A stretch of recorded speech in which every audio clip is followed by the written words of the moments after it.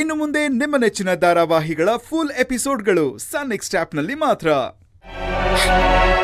ಅದೇ ನನ್ನ ಫ್ರೆಂಡ್ಸ್ ಅಪ್ಪ ಅಮ್ಮ ಅವ್ರ ಬರ್ಡೇ ದಿನ ಹೇಗ್ ನೋಡ್ಕೋತಾರ ಗೊತ್ತಾ ಅಪ್ಪ? ಅವ್ರಿಗೆ ಬೇಕಾಗಿದ್ದ ತಿಂಡಿ ಮಾಡ್ತಾರೆ, ದೇವಸ್ಥಾನಕ್ಕೆ ಕರ್ಕೊಂಡು ಹೋಗ್ತಾರೆ, ಎಷ್ಟು ಖುಷಿಯಿಂದ ನೋಡ್ಕೋತಾರೆ. ಆದ್ರೆ ನನ್ನಮ್ಮ ಯಾವತ್ತೂ ನಂಗೊಂದ್ ಲೋಟ ನೀರ್ ಕೂಡ ಕೊಟ್ಟಿಲ್ವಲ್ಲ ಅಪ್ಪ. ನಂಗೆ ಹುಷಾರಿಲ್ಲ ಅಂದಾಗ ಯಾವತ್ತೂ ನನ್ ಪಕ್ಕ ಕೂತು ನನ್ ತಲೆನೇ ಮರ್ಸಿಲ್ಲ. ಯಾಕಪ್ಪ, ಯಾಕಮ್ಮಗ್ ನನ್ ಮೇಲೆ ಅಷ್ಟೊಂದು ದ್ವೇಷ?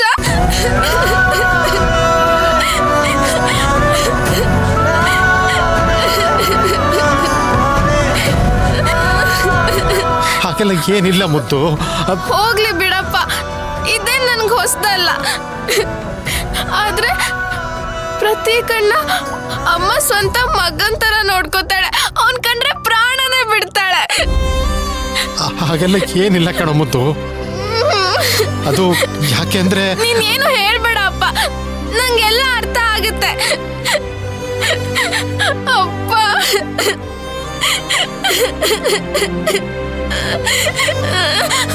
ಅಪ್ಪ, ಒಂದಿನ ಅಮ್ಮ ನನ್ನ ಪ್ರತಿ ಕಣ್ಣನಷ್ಟೇ ಪ್ರೀತಿ ಮಾಡ್ಬೇಕು, ನೀನ್ ನನ್ ಮಗ್ಳಾಗ ಹುಟ್ಟಿರೋದಕ್ಕೆ ನಂಗೆ ತುಂಬಾ ಹೆಮ್ಮೆ ಇದೆ ಅಂತ ಖುಷಿಯಿಂದ ನನ್ನ ತಪ್ಕೋಬೇಕು. ಮರ್ತೋಗಿರೋ ನನ್ನ ಬರ್ಡೇನ ಅವಳೇ ನೆನ್ಪು ಮಾಡ್ಕೋಬೇಕು. ಅದಕ್ಕೆ ನಾನು ಏನ್ ಬೇಕಾದ್ರೂ ಮಾಡ್ತೀನಿ ಅಪ್ಪ. ಒಟ್ನಲ್ಲಿ ನಾನು ಅಮ್ಮನ ತೊಡೆ ಮೇಲೆ ಮಲ್ಕೋಬೇಕು. ಆ ದಿನ ಬರುತ್ತೆ ಅಲ್ವಾ ಅಪ್ಪ? ಬಂದೇ ಬರುತ್ತೆ ಮುದ್ದು, ಬಂದೇ ಬರುತ್ತೆ.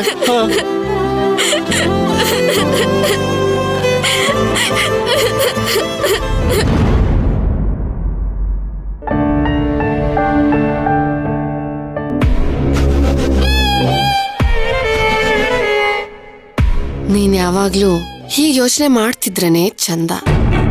ಚೆನ್ನಾಗಿ ಯೋಚನೆ ಮಾಡು.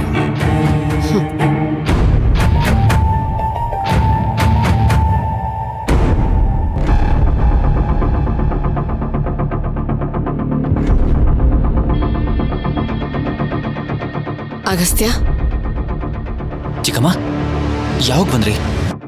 ಈಗ ಬಂದೆ. ಯಾಕೆ ಬೇಜಾರಲ್ಲಿದ್ಯಾ? ಹಾಗೇನಿಲ್ಲ ಚಿಕ್ಕಮ್ಮ. ನನಗೆ ಗೊತ್ತು, ನಿನ್ನ ನಾನು ಇವತ್ತಿಂದ ಏನು ನೋಡ್ತಿಲ್ಲ. ನೀನು ಈ ಮನೆಗೆ ಬಂದಾಗಿಂದ ನಿನಗೆ ಬೇಜಾರಾಗೋ ಕೆಲಸಗಳೇ ನಡೀತಾ ಇದೆ. ಆದ್ರೇನ್ ಮಾಡೋದು, ಎಲ್ಲ ನಿಮ್ಮ ಅಮ್ಮನ ನಿರ್ಧಾರ.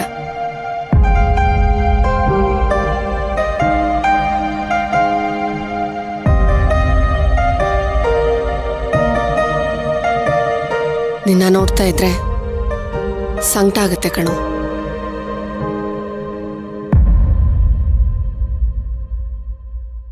ನಾನು ನಿನ್ನ ಹತ್ರ ಹೇಳ್ಕೋಬಾರ್ದು ಅಂತಾನೆ ಅನ್ಕೋತೀನಿ, ಆದ್ರೆ ಮನಸ್ಸು ತಡಿತಾ ಇಲ್ಲ. ಈ ಮನೆಗೆ ಇಷ್ಟು ವರ್ಷ ಬಿಟ್ಟು ಬಂದಿದ್ಯಾ, ನಿನ್ನ ನಗುನ ಕಾಪಾಡ್ಕೊಳ್ಳೋದಕ್ಕೆ ನಮಗಾಗ್ತಾನೆ ಇಲ್ಲ. ನಿಜ ಹೇಳ್ಬೇಕು ಅಂದ್ರೆ ನೀನ್ ಬೆಂಗಳೂರಲ್ಲಿ ಇದ್ದಿದ್ರೇನೆ ಚೆನ್ನಾಗಿರ್ತಿತ್ತು ಅಂತ ನನಗೀಗ ಅನಿಸ್ತಾ ಇದೆ. ಹಾಗಂತ ನೀನ್ ಇಲ್ಲಿದೆಯಾ ಅಂತ ನನ್ಗೇನು ಬೇಜಾರಿಲ್ಲ. ಸಂಕಟದಲ್ಲೇ ಈ ಮಾತು ಹೇಳ್ತಿದ್ದೀನಿ ಅಗಸ್ತ್ಯ. ನೀನು ಈ ಮನೆ ಮಗನಾಗಿ ಹೆಮ್ಮೆಯಿಂದ ರಾಯರ್ ಮಗ ಅಂತ ಹೇಳ್ಕೊಳಕ್ಕೆ ಅವಕಾಶನೇ ಇಲ್ಲ. ಪ್ರತೀಕ್ ನೀನ್ ಬಂದಿರೋದನ್ನ ಇನ್ನೂ ಅರ್ಗಿಸ್ಕೊತಾ ಇಲ್ಲ. ಅಷ್ಟೇ ಯಾಕೆ, ನೀನು ಅವನ ಅಣ್ಣ ಅನ್ನೋದನ್ನ ಮರ್ತು ಹೋಗಿದ್ದಾನೆ. ಈಗಲೂ ಅಷ್ಟೇ, ನೀನು ವಾಚ್ ಮುಟ್ಟಿದ್ದಕ್ಕೆ ಹೇಗ್ ನಡ್ಕೊಂಡ? ಹೋಗಿ ಅವನ್ ಕೆನ್ನೆಗೆ ಬಾರಿಸ್ಬೇಕು ಅನಿಸ್ತು. ಆದ್ರೆ ನಾನು ಹಾಗೆ ಮಾಡ್ಲಿಲ್ಲ. ಯಾಕಂದ್ರೆ ಅವನ್ಗೆ ನಿನ್ ಮೇಲೆ ಇನ್ನೂ ದ್ವೇಷ ಜಾಸ್ತಿ ಆಗತ್ತೆ ಅಂತ. ಅವನಿನ್ನೂ ಚಿಕ್ಕವನು, ಅರ್ಥ ಮಾಡ್ಕೋತಾನೆ ಬಿಡಿ ಚಿಕ್ಕಮ್ಮ. ಖಂಡಿತ ಅರ್ಥ ಆಗಲ್ಲ ಅಗಸ್ತ್ಯ. ಯಾಕಂದ್ರೆ ಅವನ್ಗೆ ನೀನ್ ಇಲ್ಲಿರೋದೇ ಇಷ್ಟ ಇಲ್ಲ. ಅದಕ್ಕೆ ನೀನ್ ಇಲ್ಲಿಂದ ಹೋಗ್ಲಿ ಅಂತ ಪದೇ ಪದೇ ಜಗಳ ತೆಗಿತಾ ಇದ್ದಾನೆ. ಹೀಗೆ ಆದ್ರೆ ಈ ಮನೆ ನೆಮ್ಮದಿ ಹಾಳಾಗಲ್ವಾ? ಇದನ್ನ ನೀನೇ ಅರ್ಥ ಮಾಡ್ಕೊಂಡು ನೀನಾಗಿ ನೀನೇ ಈ ಮನೆ ಬಿಟ್ಟು ಹೋಗ್ಲಿ ಅಂತ ಇಷ್ಟೆಲ್ಲ ಮಾಡ್ತಾ ಇದ್ದಾನೆ.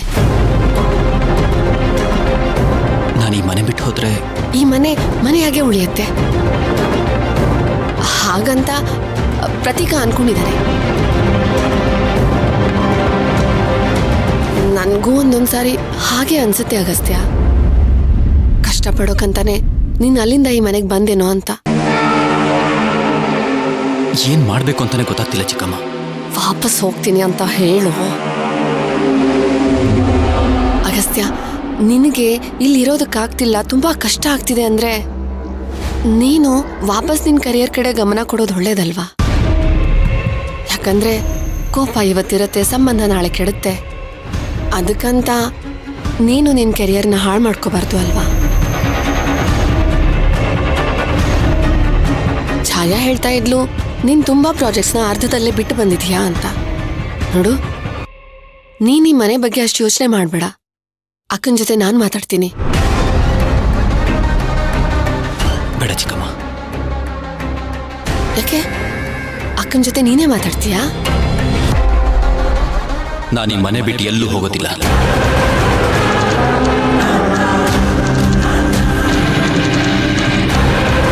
ಅಂದ್ರೆ ಇಲ್ಲೇ ಇರ್ಬೇಕು ಅಂತ ನಿರ್ಧಾರ ಮಾಡಿದೀಯಾ?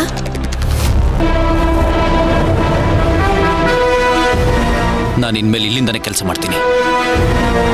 ನಾನು ಬೆಂಗಳೂರು ಹೋಗೋ ಅವಶ್ಯಕತೆ ಇಲ್ಲ. ಆಫೀಸ್ನ ಇಲ್ಲಿ ಶಿಫ್ಟ್ ಮಾಡೋದಕ್ಕೆ ಸಂಜಯ್ ಹೇಳಿದ್ದೀನಿ. ನಾನು ಇನ್ಮೇಲೆ ಇಲ್ಲಿಂದನೇ ವರ್ಕ್ ಮಾಡ್ತೀನಿ.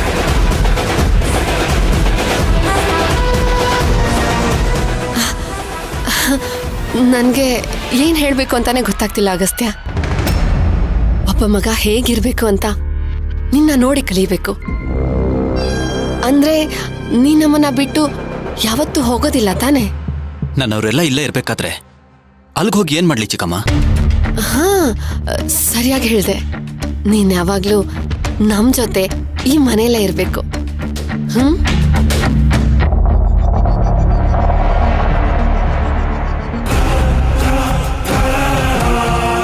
ನೀನ್ ಅದ್ ಹೇಗೆ ಈ ಮನೆಯಿಂದ ಹೋಗಲ್ಲ ಅಂತ ನಾನು ನೋಡ್ತೀನಿ.